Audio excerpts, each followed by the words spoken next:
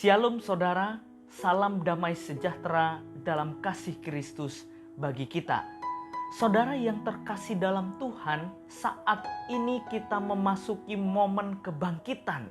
Kita diingatkan kembali akan pengorbanan Tuhan Yesus di atas kayu salib untuk menebus manusia berdosa, dan pada hari yang ketiga ia bangkit. Saudara yang terkasih dalam Tuhan, kebangkitan Tuhan Yesus merupakan momen yang paling sulit untuk dipercaya oleh sebagian besar umat manusia dibandingkan dengan kematiannya di atas kayu salib. Banyak orang yang meragukan akan kebangkitan Kristus dari kematian. Bahkan pada waktu itu salah satu murid Yesus yang bernama Thomas meragukan berita kebangkitannya. Yohanes 20 ayat yang ke-25, ketika murid-muridnya yang lain menceritakan tentang kebangkitan Kristus, Thomas menjawab demikian, "Sebelum aku melihat bekas paku pada tangannya, dan sebelum aku mencucukkan jariku ke dalam bekas paku itu dan mencucukkan tanganku ke dalam lambungnya, sekali-kali aku tidak akan percaya." Saudara yang terkasih dalam Tuhan kita Yesus Kristus, setelah 8 hari kemudian, apa yang dilakukan oleh Thomas ketika Yesus menampakkan diri kepada murid-murid dan ada Thomas di situ? Thomas hanya bisa berkata dalam ayat yang ke-28. Thomas menjawab dia, "Ya Tuhanku dan Allahku." Saudara yang terkasih dalam Tuhan, manusia sangat sulit percaya sesuatu tanpa bukti. Manusia hanya percaya pada apa yang bisa dilihat oleh mata. Saudara yang terkasih dalam Tuhan kita Yesus Kristus, saya mengajak kita untuk merenungkan, seandainya jika Kristus tidak dibangkitkan, apa yang akan terjadi dengan kita. Dalam 1 Korintus 15 ayat yang ke-14 sampai dengan ayat 15, kita dapat merenungkan beberapa hal. Jikalau Kristus tidak dibangkitkan, apa yang terjadi dengan kita? Yang pertama, pemberitaan kita menjadi sia-sia. Kita dapat memperhatikan dalam 1 Korintus 15 ayat yang ke-14 bagian awal.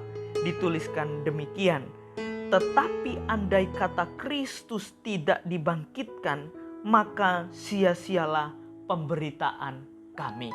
Artinya, ketika kabar atau berita tentang kebangkitan Yesus itu tidak benar adanya, maka pemberitaan Injil atau kesaksian yang Rasul Paulus sampaikan itu adalah sesuatu kesia-siaan. Itu adalah sesuatu pekerjaan yang sia-sia.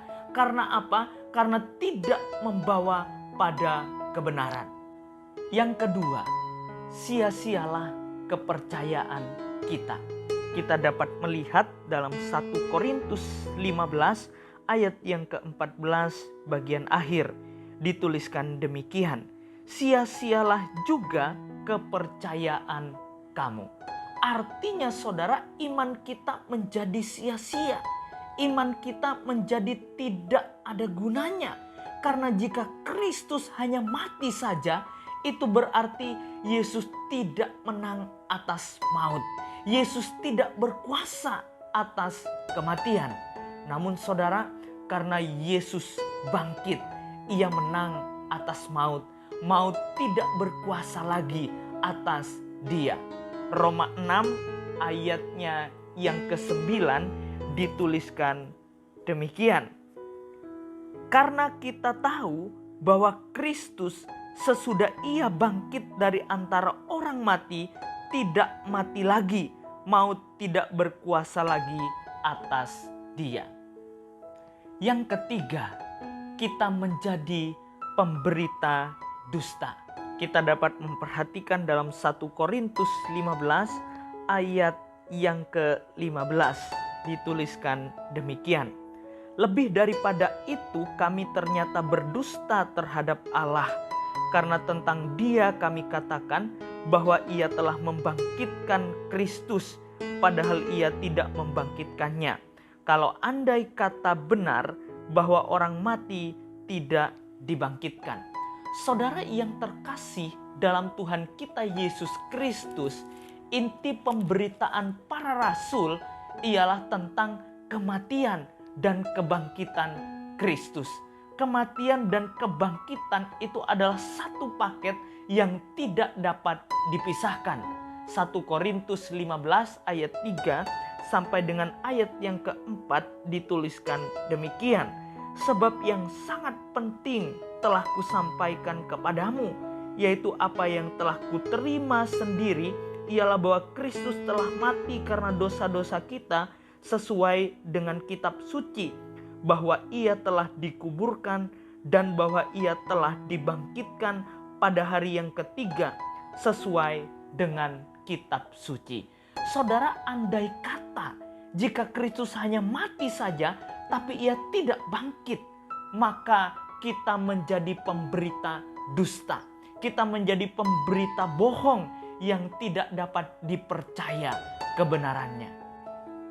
Namun saudara, Alkitab mencatat Yesus tidak hanya mati, tetapi Ia bangkit. Dalam Matius 28 ayat yang kelima sampai dengan ayat yang keenam dituliskan demikian.